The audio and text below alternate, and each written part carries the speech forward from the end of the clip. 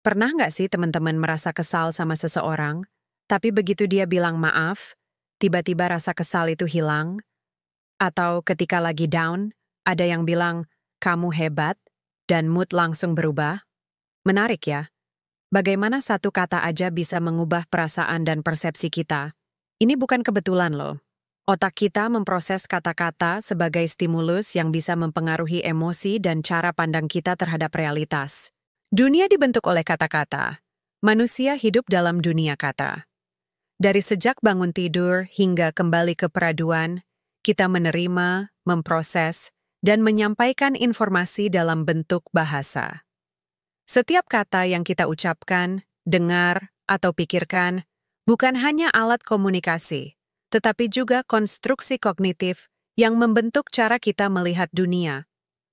Sejatinya, kata-kata bukan sekadar suara atau tulisan. Mereka adalah cetakan yang membentuk persepsi otak. Pernahkah kamu merasa semangat hanya karena seseorang berkata, "Kamu bisa," atau merasa hancur karena mendengar kamu gagal? Padahal realitasnya belum tentu berubah, tetapi reaksi emosional, motivasi, dan cara berpikir kita berubah total hanya karena satu kata. Inilah kekuatan linguistik yang jarang kita sadari, namun bekerja setiap detik dalam hidup kita. Bahasa dan otak. Mesin persepsi yang aktif. Otak manusia adalah organ yang sangat kompleks, dan salah satu tugas utamanya adalah menciptakan makna dari stimulus yang diterima. Bahasa memainkan peran utama dalam proses ini. Setiap kali kita mendengar atau membaca kata, otak tidak hanya menerjemahkan bunyinya, tapi juga mencocokkan kata itu dengan pengalaman, emosi, dan keyakinan. Proses ini terjadi secara sangat cepat.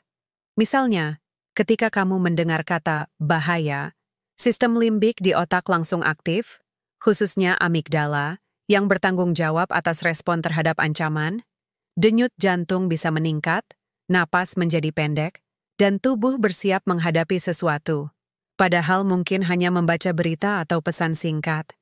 Artinya, kata-kata tidak netral, mereka memicu reaksi biologis dan psikologis. Eksperimen psikologi tentang pengaruh kata. Salah satu eksperimen paling terkenal tentang pengaruh kata terhadap persepsi dilakukan oleh Elizabeth Loftus, seorang psikolog kognitif. Dalam eksperimennya, dua kelompok orang ditunjukkan video kecelakaan mobil. Lalu, mereka ditanya. Kelompok A. Seberapa cepat mobil melaju saat menabrak satu sama lain? Kelompok B. Seberapa cepat mobil melaju saat bersentuhan satu sama lain? Hasilnya mengejutkan. Kelompok yang mendengar kata menabrak memperkirakan kecepatan jauh lebih tinggi daripada kelompok yang mendengar kata bersentuhan. Bahkan, mereka lebih sering mengingat kaca pecah di adegan padahal tidak ada. Ini menunjukkan bahwa kata bukan hanya mengubah cara kita menjawab, tetapi juga mengubah memori dan pengalaman kita terhadap kenyataan. Self-talk, suara diam yang menciptakan dunia pribadi. Setiap manusia memiliki suara batin yang dikenal sebagai self-talk. Ini adalah dialog internal yang mengisi pikiran kita sehari-hari. Self-talk bisa bersifat positif atau negatif, dan dampaknya sangat besar terhadap kesejahteraan mental. Contoh, aku gagal total. Membuat persepsi, tidak ada harapan. Aku sedang belajar. Membuat persepsi, masih ada ruang tumbuh. Kata-kata seperti gagal, selalu, tidak bisa, atau malas, jika digunakan terus-menerus akan memperkuat citra negatif dalam otak. Sebaliknya, penggunaan kata seperti berproses, belum, atau berusaha membuka pintu untuk perbaikan dan pertumbuhan. Bahasa dan neuroplastisitas. Neuroplastisitas adalah kemampuan otak untuk berubah berdasarkan pengalaman dan pola pikir. Salah satu cara paling ampuh untuk membentuk ulang jalur saraf otak adalah melalui kata-kata. Ketika kamu mengatakan hal positif berulang kali, kamu membentuk jalur baru dalam otak. Ini bukan sekadar motivasi kosong, tetapi mekanisme biologis yang telah dibuktikan oleh berbagai studi dalam psikologi positif dan neuroscience. Satu kata seperti bisa, jika diulang dan diyakini, akan membangun koneksi saraf yang menanamkan keyakinan. Maka dari itu, kata bukan hanya alat ekspresi, tetapi juga alat pembentuk struktur otak. Dampak kata dalam lingkungan sosial dan budaya. Dalam dunia sosial, penggunaan kata menciptakan budaya. Sebutan seperti pengungsi dan imigran ilegal bisa merujuk pada kelompok yang sama, tetapi efek emosional dan politiknya sangat berbeda. Bahasa yang digunakan oleh media, pemimpin, atau bahkan influencer menciptakan naratif reality, yaitu realitas sosial yang dibentuk oleh kata-kata. Dalam ruang publik, kata adalah senjata. Ia bisa membangun empati atau menyulut kebencian. Di ruang keluarga, kata seperti anak nakal bisa merusak citra diri anak. Sebaliknya, kata kamu sedang kesulitan mengelola emosi memberi ruang pemahaman. Di sekolah, kata gagal lebih menghukum daripada kata belum berhasil. Kata dan emosi, hubungan simbiotik, emosi dan kata terikat erat. Kadang kita tidak tahu apa yang kita rasakan sampai kita menemukan kata yang tepat. Itulah sebabnya terapi psikologis sering berfokus pada membantu klien menamai emosi mereka. Ketika seseorang berkata, "Saya sedih," itu jauh berbeda dari, "Saya kecewa karena merasa tidak dihargai." Spesifikasi kata membuka akses ke pemahaman dan penyembuhan yang lebih dalam.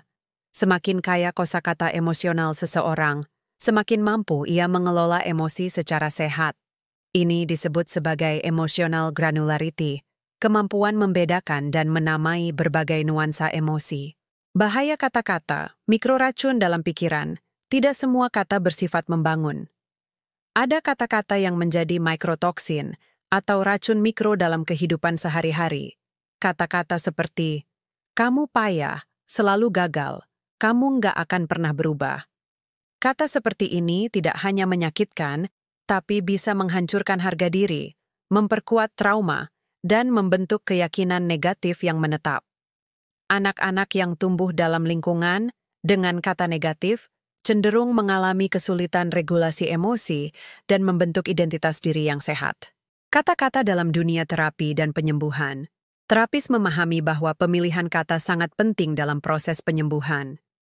Alih-alih mengatakan, "Kamu salah," mereka mengatakan, "Itu adalah reaksi yang wajar dalam situasi sulit." Ini bukan manipulasi, tetapi bentuk reframing atau memutar ulang narasi dengan sudut pandang yang lebih sehat.